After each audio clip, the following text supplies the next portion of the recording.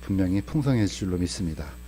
자, 오늘 같이 나눌 말씀은 마태복음 2장 1절에서 11절까지입니다. 마태복음 2장 교독하고 마지막은 같이 읽도록 하겠습니다. 이제 헤로당 시대에 예수님께서 유대의 베들레헴에서 태어나심에 보라, 동쪽으로부터 지혜자들이 예루살렘에 와서 이르되 유대인들의 왕으로 태어나신 분이 어디 계시냐? 우리가 동쪽에서 그분의 배를 보고 그분께 경배하러 왔노라니. 헤로당이 이 일들에 대하여 듣고 그와 또 그와 함께한 온 예루살렘이 소동하더라.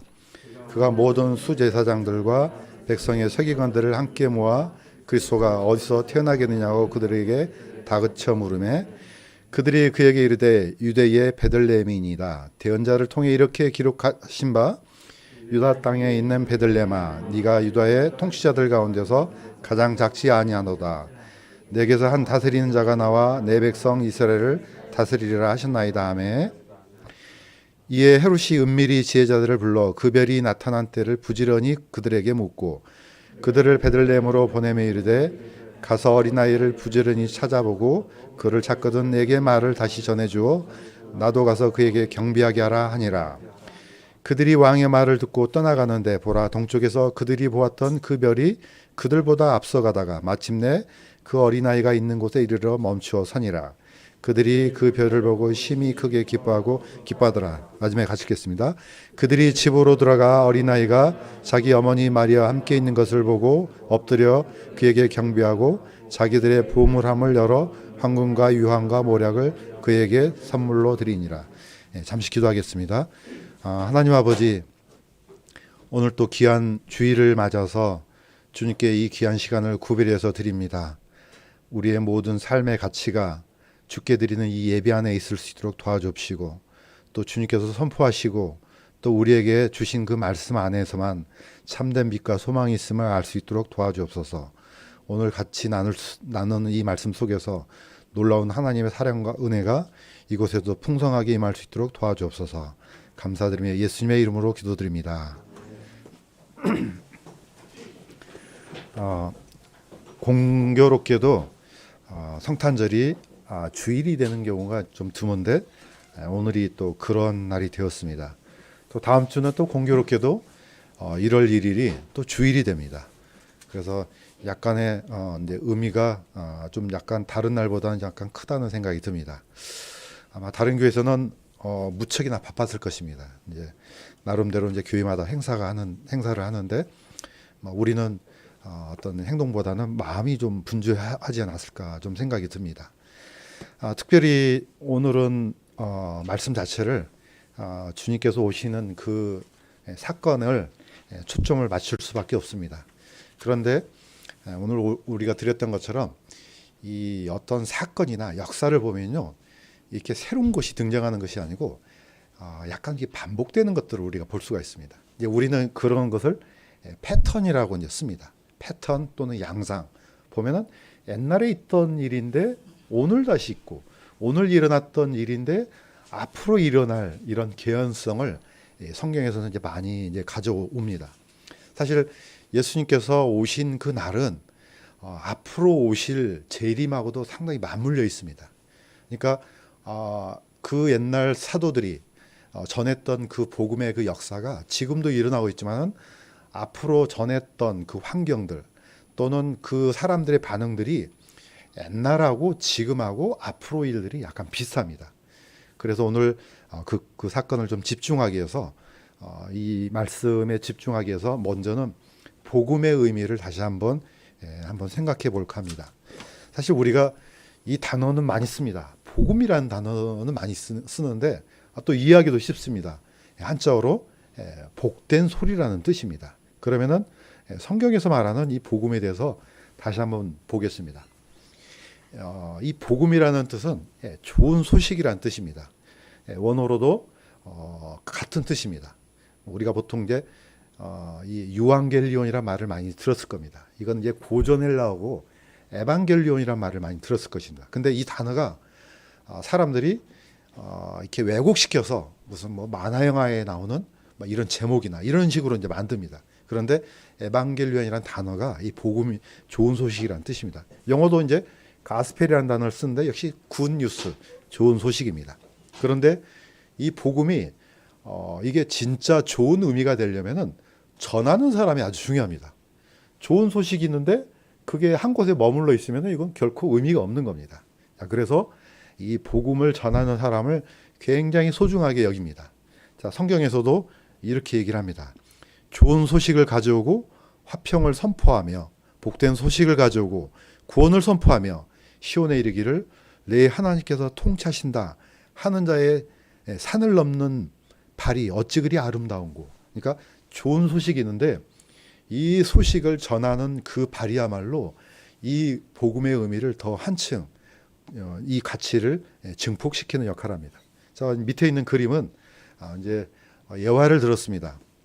가운데 있는 그림은 옛날 헬라 페르시아 전쟁, 2차 페르시아 전쟁 때 그리스의 이 마라톤 평원에서 이루어진 전쟁을 이제 그린 그림입니다. 자, 아테네하고 이 마라톤 평원은 약 40km 정도가 떨어져 있습니다. 자, 그 페르시아 대군이 그리스를 침략하기 위해서 들어왔는데 그 아직 정박은 안 했지만 이제 육지에 닿아서 이제 아테네를 침공하려고 이제 해변에 가까이 와 있습니다. 그때 이제 그리스군이 급히 서둘러서 군대를 이제 보내서 이 평원에서 이제 언덕에서 준비하고 있습니다.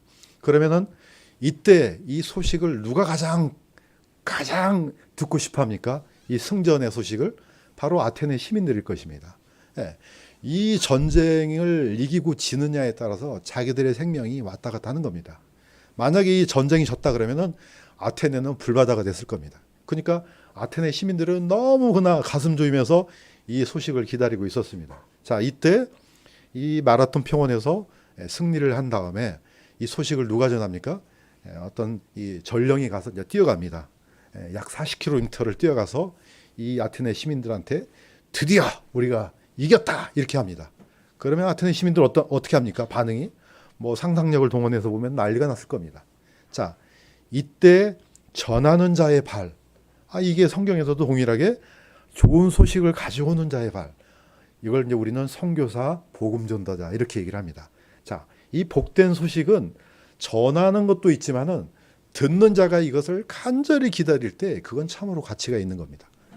아무도 기다리진 않는데 아무리 좋은 소식을 전해줘도 그게 무슨 소리지 그럴 겁니다. 그러면 이건 가치가 없는 겁니다. 그래서 복된 소식은 그 근본적으로 좋은 소식일 뿐만 아니고 듣는 자한테도 효용이 있어야 됩니다. 그래서 이 듣는 자가 굉장히 중요한 겁니다. 그래서 오늘 이 설교 제목을 어떤 기다림이라고 했습니다. 이 어떤 기다림 뭡니까? 너무나 간절하게 기다리는 사람들의 그 마음을 표현해서 제목을 어떤 기다림으로 표현했습니다. 자, 이 복음은 진짜 가치는 언제 생기느냐? 듣는 사람이 그걸 간절히 기다릴 때 생기는 겁니다. 뭐 세상 사람들한테 오늘 예수님 탄생했다고 다 얘기를 하지만은 이걸 가장 좋아하는 사람이 누구겠습니까? 뭐 다양한 사람이 있을 겁니다. 그런데 그 진짜 그 가치를 아는 사람은 그렇게 많지 않을 것입니다. 자, 예를 들어보면은 열왕기하에 6장에 이런 역사가 기록되어 있습니다. 사마리아, 북이스라엘 사마리아가 큰 기근에 빠졌습니다. 왜 기근에 빠졌느냐? 바로 그 사마리아 위에 북쪽에 있는 시리아라는 나라가 있는데 이 시리아가 사마리아를 에워쌌습니다. 그러니까 사람들은 빠져나가지도 못하죠. 식량을 구하러 어디로 가지도 못합니다. 그러니까 그 도시가 완전히 큰 혼란에 빠지고 식량을 못 구하니까 당연히 기근이 들 수밖에 없습니다. 그래서 사마리아를 에워쌌기 때문에 마침내 나귀 머리 하나가 은 80개 팔리고 비둘기똥 4분의 1 값이 은 5개에 팔리더라. 뭐 이걸 자세히 알 필요는 없습니다. 정말 가치 없는 그야 사람들이 보통 생활에서는 먹지도 않는 이런 비둘기똥이 어마어마한 가치에 팔렸다. 물가가 폭등했다는 뜻입니다. 그러니까 그만큼 지금 이 도시가 절박한 겁니다. 사실 뭐 배고픈데 무슨 컴퓨터가 무슨 소용이 있겠으며 뭐 자동차가 무슨 소용이 있겠어요. 가장 중요한 이 생명에 가장 필요한 게 식량인데요. 이 식량이 어떻게든지 들어와야 되는데 이게 다 막힌 겁니다. 자, 그때 엘리사가 아주 기쁜 소식을 전합니다. 너희는 주의 말씀을 들을지어다. 주가 이같이 말하노라. 내일 이맘때에 사마리아 성문에서 고운 밀가루 1세아가 1세겔에 팔리고 보리 2세아가 1세겔에 팔리리라. 자, 뭐 잠시 말하지만 이게 뭐 이 가치 기준을 몰라도 됩니다.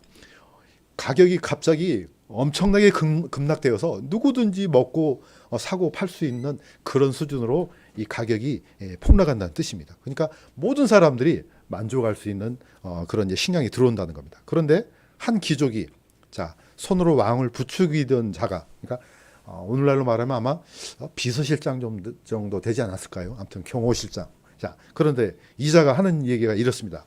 주께서 하늘에 창들을 내신들 이런 일이 있으리요. 하매 그가 이르되 자 엘리사가 이렇게 합니다. 보라 네가 눈으로 그것을 볼 터이나 그것을 먹지는 못하리라. 예. 자 백성들은 뭡니까 이 쌀이 아니죠. 예, 보리 한 주먹, 뭐 밀가루 한 주먹, 그 어떤 거라도 먹을 일이 있으면 지금 무슨 일이라도 벌 참이었습니다. 이 중간에 이 얘기가 이렇게 이제 짤막하게 지금 이렇게 얘기했지만은 그 사이 어떤 일이 있었습니까? 너무나 배고프니까 자기 아들을 잡아먹는 일이 이 성 안에 있었습니다. 그러니까 이 말은 엄청나게 큰 복음이죠. 그런데 문제는 뭡니까? 이 엄청난 복음을 기다리는 사람인데 이 왕을 부축하는 자, 왕을 이렇게 호위하는 자는 믿질 않습니다. 아니 그런 일이 하룻밤 사이에 그런 일이 어떻게 일어나요? 이 식량이 지금 충분히 공급되려면 수많은 세월이 걸리고 그럴 텐데 갑자기 하룻밤 사이에 그런 일이 일어난다고요?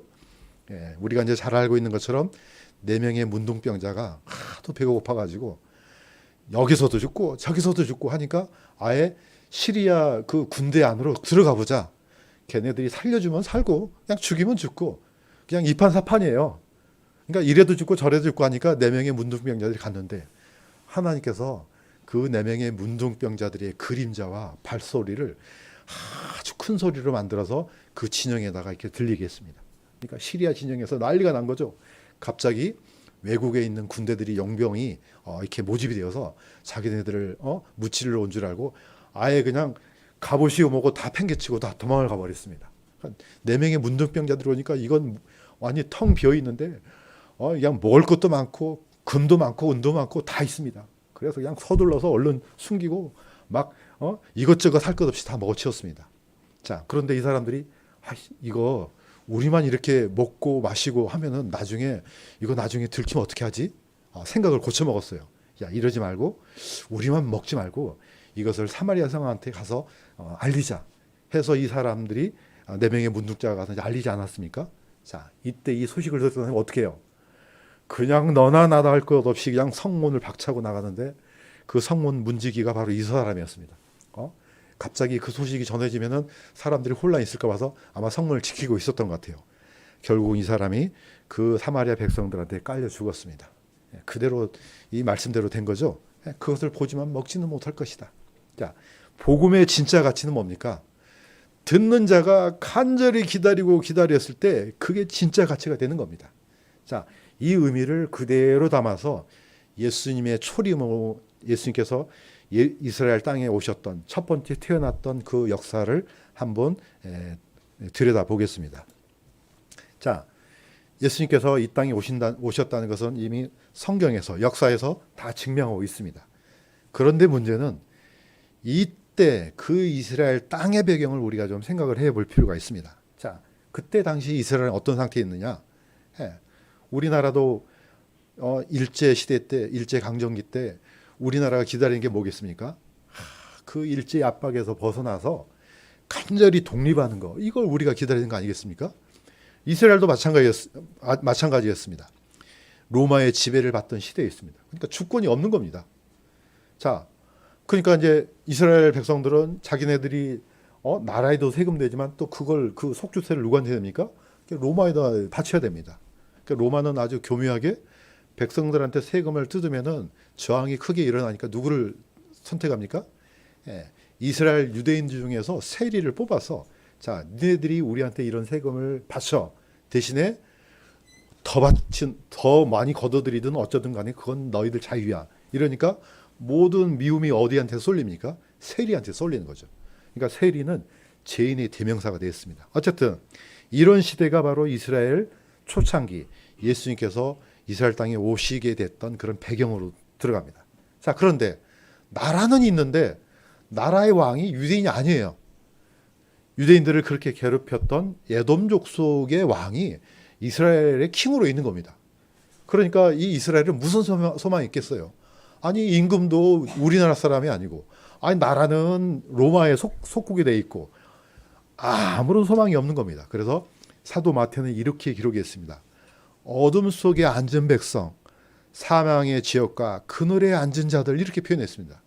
예, 한마디로 말해서 아무런 삶의 가치를 느끼지 못했던 시대입니다. 야, 이걸 거슬러 올라가면 어디와 비슷합니까? 그 옛날 이스라엘 백성들이 400년 동안 애굽에서 신음했던 그 시대하고 닮아 있습니다. 예. 아니, 분명히 살기는 사는데 통치는 누가 하고 있어요? 예, 파라오가 하고 있죠. 마음대로 예배드릴 수도 없습니다.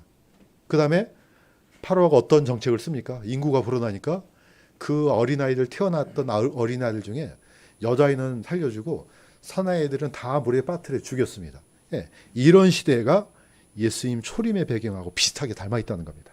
그러니까 이때 누구를 원합니까? 예, 구원자를 원하죠. 예, 그때 하나님께서는 모세를 보낸 거죠. 나중에 모세가 이집트를 그냥 완전히 초토화시키면서 백성들을 이끌고 나오지 않습니까? 이걸 출애굽이라고 그러죠. 예, 역사적인 사건도 되고 영적인 의미도 아주 깊습니다. 예, 드디어 하나님께서 구원자를 보내서 신음하는 이스라엘 백성들을 어둠의 왕국에서 건져내는 겁니다. 자, 바로 그 시대 메시아를 강력하게 기다리고 있던 사람들이 있었습니다.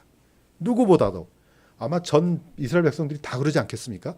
자, 이때 오늘 읽었던 사람들 중에 네 종조가 나오지만 한 사람은 이제 누가복음에 나오니까 약간 5종류의 사람으로 이제 분류가 될 수가 있습니다. 자, 첫 번째가 누구겠습니까? 놀랍게도 이 메시아를 강하게 기다렸던 사람은 유대인들 외에도 따로 있습니다. 자, 제가 읽겠습니다.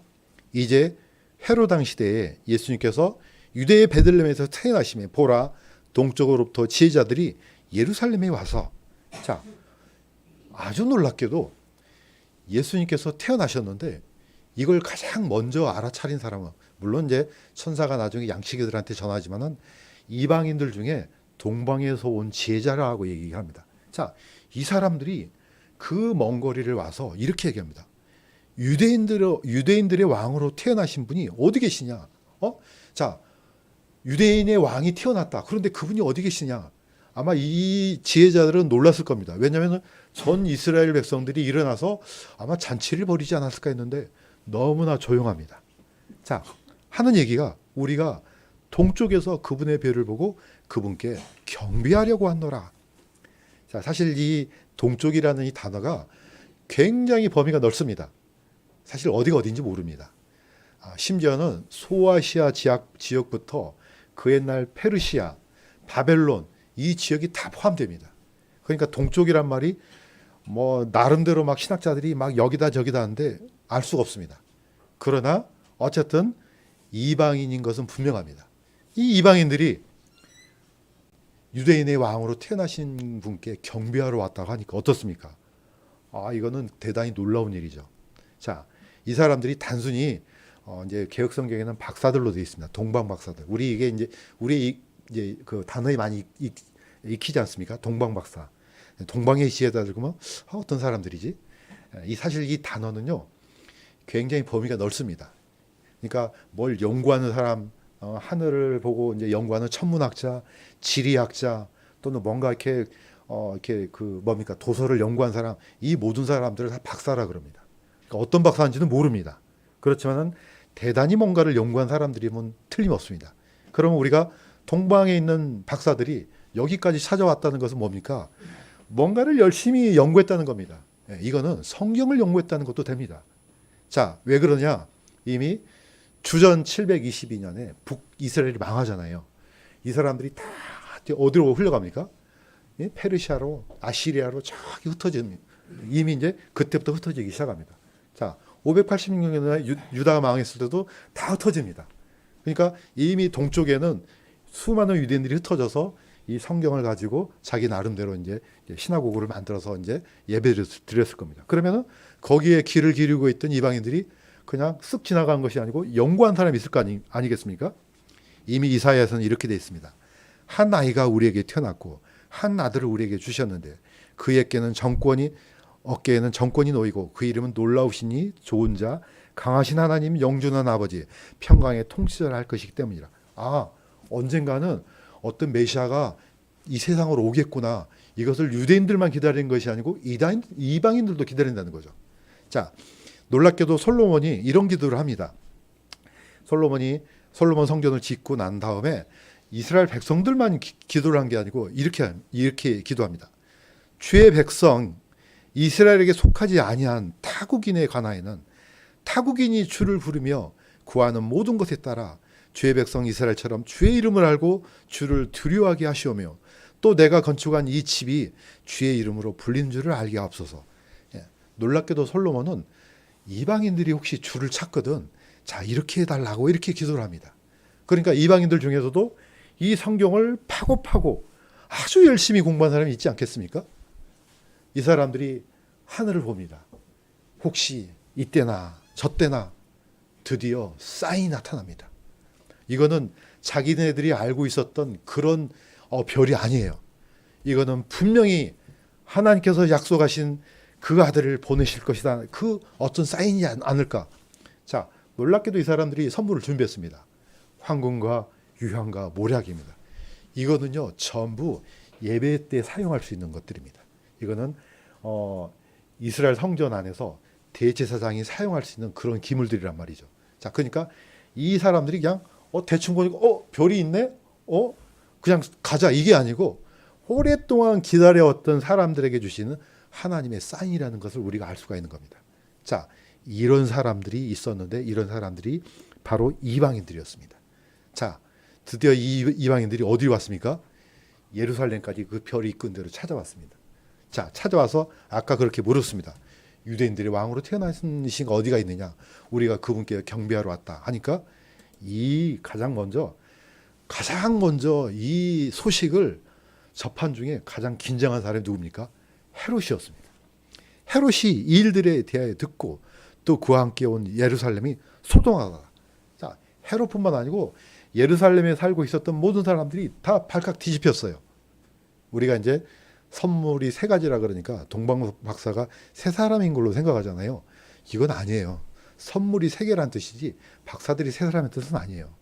거대한 낙타상들이에요. 거기다가 먹고 자고 입을 것들 짊어지고 많은 사람들이 쫓아왔을 겁니다. 그러니까 이 사람들이 이게 무슨 때인지 모르니까 사람들이 놀라겠죠. 자, 헤롯은 그가 모든 수제사장들과 백성의 서기관들을 모아 그리스도가 어디서 태어나겠느냐 물었습니다. 가장 긴장한 사람은 헤롯이죠. 왜냐? 아니 나 외에 내 아들이 왕이 돼야 되는데 아니 다른 왕이 태어난다고? 이거는 가장 강력한 위협입니다. 자, 그래서 물었습니다. 나중에는 헤롯이 이제 베들레헴에 태어난 것을 알고 자 베들레헴에 보내서 이제 그 태어난 데를 자세히 알고 나한테 알려주라고 합니다. 물론 이제 동방박사들은 떠납니다. 그런데 이제나 제제나 기다려도 오질 않습니다. 자, 이때 이제 성경이 이렇게 되어 있습니다. 헤롯이 자기가 지혜자들에게 우롱당한 줄 알고 심히 노하여 사람을 보내 자기가 지혜자들에게 부지런히 물은 때를 기준으로 베들레헴과 그것의 모든 지경에 있던 2살 아래의 모든 아이들을 죽이니라. 예. 자, 이 헤롯은 아주 이 잔인한 인물 중에 하나입니다. 자, 굉장히 정치적이면서도 대단히 머리가 뛰어난 사람입니다. 그러면서도 자기에게 위협이 된다 하면은 모든 사람을 가차없이 죽입니다. 자기 아내도 죽이고 자기 아들도 죽여버렸습니다. 아니 2살 아래에 뭐 아이들이 불쌍하겠습니까? 딱 세보니까 태어난 때를 기준으로 해서 이 정도면은 모조리 죽여야 되겠네. 베들레헴 지경에 있던 사내 아이들을 다 죽여버립니다. 자, 이런 인물이 바로 헤롯입니다. 그러니까 예수님께서 오신다는 이 복음이 아니죠. 이거는 들어서는 안 되는 소리예요. 이건 가장 싫어하는 소리예요. 앞으로 언젠가는 저 그리스도도 똑같을 겁니다. 예수님께서 오신다는 이 소리가 너무 싫은 거죠. 분명히 전쟁이 있을 것입니다. 놀랍게도 계시록에는 예수님께서 다시 오는 그 군대를 향해서 전쟁을 벌인다고 되어 있습니다. 자, 이런 종류의 사람이 있습니다. 그러니까 이거는 정치 권력의 대명사로 볼 수가 있죠. 앞으로 이미 왔었지만 앞으로 오실 예수님이 반갑지 않는 사람들이 있겠죠. 세상의 모든 권력을 손에 쥐었던 사람들, 지금 정치적으로 가장 파워를 갖고 있는 사람들, 이런 사람들은 예수님이 오시는 게 별로 안 좋아요. 믿지도 않지만 좋지도 않아요. 자, 두 번째는 서기관과 제사장들과 서기관들입니다. 이 사람들도 별로 안 좋아해요. 알고는 있습니다. 자, 헤롯이 물었습니다. 그리스도가 어디서 태어나지? 했더니 딱 성경 펼쳐서, 자, 구약 성경 펼치면 미가사 5장을 보면 이렇게 돼 있습니다. 자, 그가 모든 수제사장들과 백성의 서기관들을 모아 그리스도가 어디서 태어나겠느냐 물으니까 그냥 딱 펼쳐서 유대의 베들레헴이다. 대언자를 통해 이렇게 기록하신 바. 자, 이 대언자는 미가입니다. 미가가 유다 땅에 있는 베들레헴아, 네가 유다의 통치자들 가운데 가장 작지 아니하도다. 내게서 한 다스리는 자가 나와 내 백성 이스라엘 다스리라. 딱 보니까 베들레헴이네요. 자, 우리는 이런 종류의 사람을 뭐라 합니까? 뭐 다양한 용어가 있지만은 이런 사람을 지식구원 이렇게 합니다. 머리로는 알아요. 태어난 알아요. 성경 다 알아요. 뭐 어떻게 될 거 다 알아요. 그러나 뭡니까? 믿진 않아요. 참 놀랍지 않아요? 다 아는데 믿진 않아요. 성경 다 아는데 안 믿어요. 이게 머리하고 가슴의 차이입니다. 이스라엘 백성들은 다 알아요. 성경 달달달달 다 외워요. 그러나 믿진 않아요. 이 제사장들과 서기관들은 어떤 권력을 갖고 있느냐? 백성들이 1년에 반세기를 냅니다. 오늘날로 말하면 한 10만 원쯤 될 것 같아요. 자, 전 세계에 흩어져 있는 유대인들이요 10만 원씩 성전세를 바친다 생각해요. 그 돈이 어디로 흘러갑니까? 예루살렘 성전 보고에 쌓입니다. 그러니까 그 돈이 얼마나 많겠습니까? 그것만 있겠습니까? 그 여러 가지 이권에 개입해서 주는 수많은 사업들이 있을 겁니다. 자, 이런 파워를 누가 가졌습니까? 제사장들과 서기관들이 다 가졌습니다. 이게 종교 권력의 대명사겠죠. 자, 이 사람들이 예수님을 어떻게 대했는지 보겠습니다. 예수님께서 수많은 기적 중에 나사로를 살리는 기적은 이거는 결정타예요. 썩어 있는 나사로를 살렸다? 이거는 하나님이 아니고는 불가능한 일이에요. 예수님께서 큰 소리로 나사로야 나오라 하니까 이때부터 수제사장들과 바리새인들이 공의를 모으고 그날부터 그분을 죽이려고 함께 의논하니라. 이거 기적, 저는 이게 보니까 이게 기적인 것 같아요. 자기 눈으로 봤어요. 썩어 있는 사람이 살아났어요. 그러면 무릎을 꿇고 아멘 주 예수여 어서 오시옵소서 이렇게 해야 되는데 그때부터 저 사람 죽여야 되겠네. 왜 죽이려고 합니까? 예수님이 오시는 순간 그분이 진짜 메시아로 오셨다는 것을 아는 순간 자기가 누렸던 이 종교 권력을 다 상실하게 됩니다. 이게 두려운 겁니다. 내가 누려왔던 백성들 앞에서 다 가르치고 많은 사람들이 쳐다보고 이건 이렇게 저건 저렇게 사람들한테 존경받고 라피라 칭함받는데 이게 순식간에 다 무너지는 겁니다. 그러니까 예수님이고 뭐고 소용없는 거예요. 심지어 하나님이 와도 죽여야 되는 거예요. 이게 바로 이 시대의 시대적 배경입니다. 자, 그러니까 어떻습니까? 빌라도가 하물며 빌라도조차도 내가 너희 왕을 십자가에 못 박으랴? 나중에 십자가에 못 박을 때 아무리 생각해도 이건 아닌데. 그러니까 뭡니까? 수제사장들이 대답하되 카이사르 외에는 우리에게 왕이 없나이다. 제사장이 뭐하는 사람들이에요? 하나님께 예배드리는 아주 핵심적인 사람들이에요. 이 사람이 하는 얘기들이 우리한테는 이 시저 외에는 로마의 왕 외에는 왕이 없다 이렇게 해버립니다. 바로 이 시대적 배경. 그러면 어떻습니까? 백성들은 어떻습니까? 이스라엘 백성들도 똑같았습니다. 예수님께서 예루살렘 안으로 드디어 들어오셨습니다. 입성했죠. 명절을 지키러 많은 사람들이 예수님께서 예루살렘으로 오신다는 말을 듣고 종려나무를 가지고 그분을 맞으며 나가서 외치되 호산나 찬송하리로다 주의 이름으로 오시는 이스라엘의 왕이여 우리의 킹이여 이렇게 했습니다. 종려나무 가지 들고 대환영을 벌렸습니다. 예. 그랬던 백성들이 어떻게 변했습니까? 빌라도가 그들에게 이르되 그러면은 그리스도라는 예수는 내가 어떻게 하랴? 예. 십자가에 못 박기 전에 다시 한번 물어봅니다. 내가 이 예수를 내가 어떻게 하면 좋겠지? 자, 백성들이 소리칩니다. 그를 십자가에 못 박으소서. 자, 빌라도라도 기가 막힐 거예요. 빌라도가 물을 가져다가 손을 씻습니다. 씻으면서 나는 이 의로운 사람의 피에 대해서 무지하니 너희가 그것과 상관하라. 한마디로 말해서 나는 책임 안 져. 너희들이 책임져. 이렇게 했죠. 백성들이 뭘 하겠습니까? 그 피를 우리와 우리 자손에게 좀 번역이 좀 이상하지만 이 말이다. 다시 말해서 우리가 책임지겠어요. 이겁니다. 그 무지한 피에 대해서 우리가 책임질 테니 죽여라 이겁니다. 이게 바로 백성들이었습니다. 오늘 많은 사람들이 예수님 탄생하셨다고 막 축하하고 이렇게 합니다. 모를 일입니다. 그게 진짜인지 어쩐지는 하나님만 아실 것입니다. 진짜로 메시아를 기다려왔던 양치기들이 있습니다. 자, 이 동방에 있는 박사들하고 양치기들하고는 약간 시간의 갭이 있습니다. 동방에 있는 박사들은 쭉 와가지고 베들레헴에 가서 집에서 예수님을 만납니다. 아기 예수를. 그런데 이 양치기들은요, 예수님이 태어나자마자 가서 봅니다. 갭이 있습니다. 이 지구상에서 최초로 예수님이 태어나자마자 예수님을 본 사람들은 이 바로 양치기들입니다. 자, 이 사람들이 성경에 이렇게 되어 있습니다. 그녀가 자기의 맏아들을 암에 포대기에 쌓여 구유에 누웠으니 이는 여관에 그들을 위한 방이 없었기 때문이라. 바로 그 지역에 목자들이 들에 가며 밤에 자기 양떼를 지키더라. 자, 이 사람들이 그냥 보통 양치기들처럼 양을 쳤다고 생각하면 오산입니다. 이 베들레헴은 어떤 곳이냐면은 예루살렘에 있는 절기를 지키기 위해서는 수많은 양떼가 필요합니다. 그러면 이 양떼를 잘 쳐서 공급해야 돼요. 예루살렘 성전에. 바로 이러한 일을 했던 사람이 양치기예요. 그러니까 얼마나 심혈을 기울여서 이 양떼를 돌보겠어요. 보통 양들이 아니고 바로 희생제물로 쓰는 양들이에요. 바로 이 사람들이 바로 예루살렘 베들레헴 근방 양을 치고 있었습니다. 왜 하나님께서 이 기쁜 소식을 가장 먼저 전했겠습니까? 저는 이 사람들이야말로 찾고 기다리고 기다렸던 사람이라는 것을 저는 그렇게 믿습니다. 왜냐? 기쁜 소식을 전해야 되니까.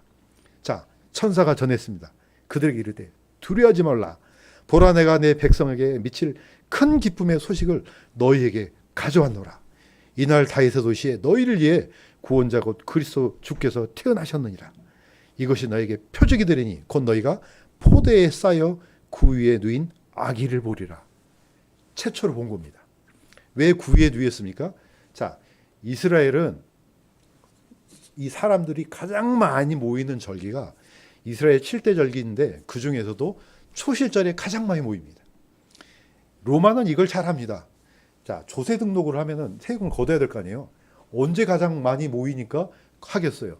가장 많이 몰려드는 때를 잡아가지고 조세 등록을 명령한 겁니다. 그래서 성경학자들은 이때를 초실절로 봅니다. 아니, 초실절이란다. 초막절, 장막절. 그럼 사람들이 왜 장막절이냐? 이때는 모든 추수가 다 끝납니다. 6월절은 사람들이 모이지만은 초막절처럼 많이 모이지는 않습니다. 그래서 이 양떼를 공급하기 위해서 그 밤에 물론 겨울처럼 춥진 않았겠지만은 그래도 밤에 자기 업무에 충실했던 사람이 양치기들이라는 겁니다. 자, 이때 가장 큰 영광을 누렸죠. 자, 누가복음에 이렇게 기록했습니다. 서둘러 가서 마리아와 요셉과 구유에 누인 아기를 찾아서 보거늘. 왜 구유에 누입니까? 사람들이 몰려드니까 예루살렘에는 당연히 못 갑니다. 사람들이 가득 찼으니까. 심지어 베들레헴, 예루살렘에서 얼마 떨어지지 않는 베들레헴까지 사람들이 가득 찬 겁니다. 그러니까 어떻습니까? 이 동물들이 살고 있는 그런 우리까지 가가지고 이렇게 잠을 청하는 겁니다. 그러니까 당연히 예수님도 요셉과 마리아도 방을 구할 수 없으니까 바로 이제 양우리에서 잠을 청하는 겁니다. 예. 이때 이제 예수님이 태어나신 거죠. 자, 가서 보니까 그때 천사가 그 아이에 대해서 자기들의 말한 것을 널리 알리니 자기네들도 엄청난 기쁨의 소식을 얻었지만 이 사람들도 이 양치기들도 자기의 본 것들을 전하는 겁니다. 복음이라는 것은 이때야만 의미가 있다는 겁니다. 자, 우리가 오늘날 전 세계 모든 교회가 오늘 성탄절을 기념합니다. 이때 이 소식을 접하는 사람들이 다양한 겁니다. 초창기 때 예수님께서 오셨을 때 사람들도 이렇게 다양한 사람이 있는 것처럼 예수님이 오시는 그날에도 이렇게 다양한 종류가 있을 것입니다. 자, 어떤 사람이 이 진짜 복음에 대해서 기다리겠습니까? 간절히 기다린 사람. 예? 이 자신의 딸이 막이 들렸을 때 그 딸을 낳기를 간절히 바라는 그 페니키아 여인처럼 간절함이 있을 때만 이 복음이 진짜로 생명이 되는 겁니다. 그야말로 타는 목마름으로 아무한테나 그냥 물 주면은 사람들이 물 마십니까? 한 방울의 물을 기다리는 사람한테 그 한 컵에 이 한 방울의 물이 가치가 있는 것처럼 복음이 그렇다는 겁니다. 예수님께서 오셨다 이 땅에 일했을 때 가장 기뻐한 사람은 이 양치기들이었습니다. 밤에 자기의 업무에 충실했습니다. 누가 보든지 안 보든지 자기가 맡은 일에 최선을 다했을 때 하나님께서는 이 엄청난 소식을 가장 먼저 양치기들에게 전했습니다. 이 양치기들은 그 소식을 가장 먼저 듣고 바로 태어나신 구유에 태어나신 예수님을 바라보고 하나님께 영광을 돌리고 자기네들뿐만 아는 것이 아니고 널리 알렸다고 되어 있습니다. 자, 이제 마무리하겠습니다. 세상에는 두 종류의 사람으로 나눠집니다. 메시아를 거절한 사람들과 메시아를 기다린 사람들이 있습니다. 예, 복음이 생명이 되는 것은 간절히 기다린 사람한테만 생명이 된다는 겁니다. 자, 예수님께서 다시 오실 때 계시록에는 이렇게 되어 있습니다. 내가 봄에 그 짐승과 적그리스도입니다. 땅의 왕들과 모든 정치적인 권력자들이죠. 그들의 군대들이 함께 모여 말 타신 분과 그분의 군대를 대적하여 전쟁을 하더라. 또 그 앞에서 짐승이 잡히고 그 앞에서 기정을 해가는 거짓 대언자도 그와 함께 잡혔는데, 자, 예수님께서 다시 오실 때 우리는 드디어 예수님이 오시는구나 이렇게 하는 것이 아니고 짐승과 적그리스도와 땅의 왕들과 군대들과 거짓 대언자들과 이 모든 사람들이 연합해서요 전쟁을 벌입니다. 이 놀랍지 않습니까? 저는 이것도 기적이에요. 저는 이거야말로 진짜 기적이 아닐까? 어떻게 이런 일이 일어날 수 있을까? 예수님께서 초림 예루살렘에 왔을 때 헤롯과 제사장들과 서기관들과 백성들의 행동을 보면은 앞으로 다가올 미래의 패턴이 눈에 보입니다. 앞으로도 그러겠구나. 안 바뀐다는 겁니다. 자, 그래서 성경에는 항상 남은 자, 낮아진 자, 겸손히 찾는 자에게 복음이 진짜 생명이 된다는 사실을 우리가 알 수가 있습니다. 로마서는 이렇게 되어 있습니다. 그러면 내가 말하니 하나님께서 자신의 백성을 버리셨느냐? 결코 그럴 수 없느니라.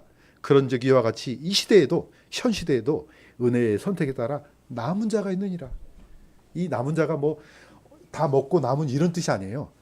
가장 정말로 찾고 찾은 자, 가장 낮아진 자, 이들에게만 하나님의 은혜가 있다는 뜻입니다. 자, 사도 요한은 마지막에 이렇게 기록했습니다. 이것들을 증언하신 분께서 이르시되 내가 반드시 속혈이라 하시노다. 아멘. 주 예수님이여 가연 그와 같이 오시옵소서. 저는 오늘 같이 은혜를 나눈 모든 사람들이 그런 마음으로 주님을 기다리는 우리 모두가 되기를 주님의 이름으로 간구드립니다. 자, 기도하겠습니다. 하나님 아버지, 예수님께서 다시 처음에 오셨던 그 이스라엘의 배경과 역사를 또 살펴보았고, 예수님께서 처음으로 이 땅에 오셨다는 그 소식을 들었을 때 사람들의 반응도 다시 자세히 살펴봤습니다. 하물며 다시 온다는 그 소식을 듣고 좋아하는 사람들이 얼마나 많이 있겠습니까? 그러나 우리는 참으로 우리 마음속에서 간절히 주님을 기다리고 찾는 그런 가난한 심령이 다 될 수 있도록 도와주시옵소서. 이 성탄의 아침도 그러한 의미를 담아서 주님을 찬양